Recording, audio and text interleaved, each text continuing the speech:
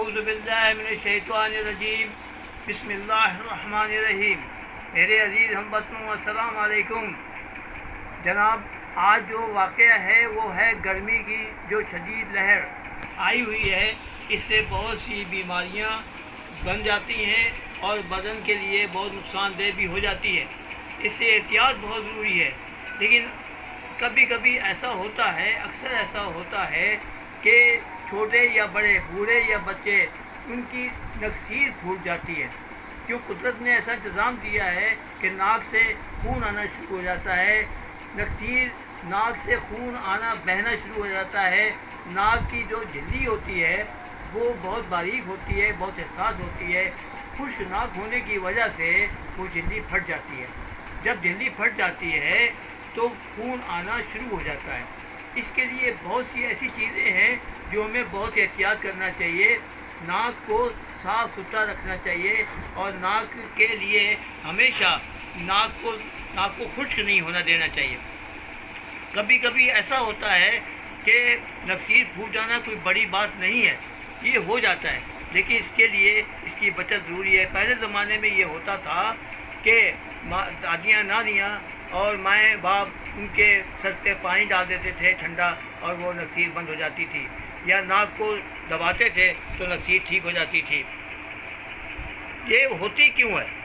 اس کی وجہ کیا ہے؟ وجہ یہ ہے کہ گرم چیزیں کھانا، گرم چیزیں استعمال کرنا، برگر وغیرہ باہر کی چیزیں کھانے سے یہ جو ہے خون میں حدت پیدا ہوتی ہے اور وہ اس کی طرف آتا ہے اور وہ پریشانی کا باعث بن جاتا ہے۔ کبھی کبھی ایسا ہوتا ہے گرم چیزیں کھانے سے، مچھلی، گوشت، انڈا، یہ کھانے سے بھی نکسیر پھوٹ جاتی ہے۔ ہمیں چاہیے کہ ہم ان چیزوں سے پرہیز کریں اور نکسیر ہماری نہ پھوٹے۔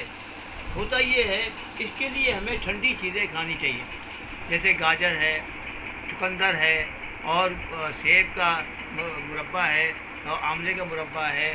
ٹھنڈی چیزیں کھاؤ، جیسے گھیا ہے، لوکی ہے، اور یعنی کہ بہت سی ایسی ٹھنڈی چیزیں ہیں۔ سبزیوں میں میتھی ہے، پالک ہے، اس طرح کی چیزیں کھانے سے ٹھنڈا رہتا ہے، خون میں حدت پیدا نہیں ہوتی۔ نکسیر کا پھوٹ جانا خون کی حدت کی وجہ سے ہوتا ہے۔ جب خون میں حدت پیدا ہوتی ہے اور اس میں جو گرمی پیدا ہوتی ہے اس کی وجہ سے، کیونکہ یہ جھلی بہت حساس ہوتی ہے اور وہ پھٹ جاتی ہے۔ جھلی جب پھٹتی ہے تو خون جاری ہو جاتا ہے۔ اس کے لیے بہت ضروری ہے کہ اس کو انسان حفاظت کرے، تو ابھی کبھی ایسا نہیں ہوتا۔ مچھلی، بڑا گوشت اور چھوٹا گوشت، یعنی کہ گاجر کا استعمال زیادہ کرو، یہ ٹھنڈی چیزوں کا استعمال کرو، مشروب کا استعمال کرو، انشاءاللہ تعالیٰ یہ مرض نہیں ہوگا۔ یہ مرض بہت تکلیف دہ بھی ثابت ہو جاتا ہے۔ اس سے بچنے کے لیے یہ ہے، اس کے لیے سبزیاں کھاؤ، ٹھنڈی چیزیں کھاؤ، اور کلونجی کا تیل اور وہ جو ہے زیتون کا تیل، دونوں تیلوں کو ملا لو اور ایک ایک ڈراپ صبح شام ایک ایک ڈراپ ناک میں ڈال کے آرام کرو، تو انشاءاللہ تعالیٰ یہ ناک آپ کی صحیح رہے گی، صاف رہے گی، ستھری رہے گی، اور اس میں کوئی بھی مرض نہیں ہوگا۔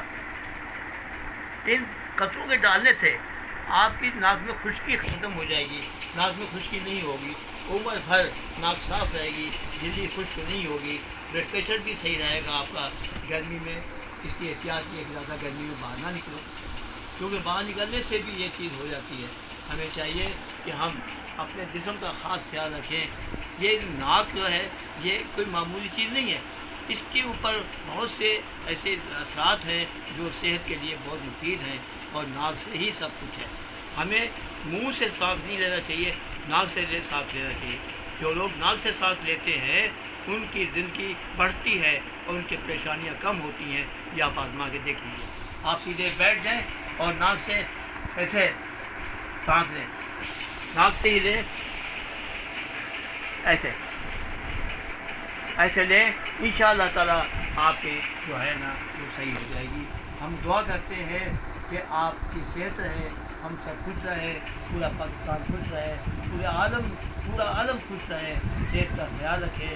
ہمارے ساتھ ہیں بلال امین صاحب جو کیمرہ مینی کر رہے ہیں، ہم ان کے لیے بھی دعا کرتے ہیں اللہ پاک ان کی صحت صحیح رکھے اور ان کو اعلیٰ تعلیم دلوا دے۔ یہ ہماری دعائیں ہیں۔ آمین ثم آمین۔ پاکستان زندہ باد۔ انشاءاللہ میرا فون نمبر ہے 0321 450 8261. میرا نام ہے شاہ جی. اللہ حافظ. زندہ.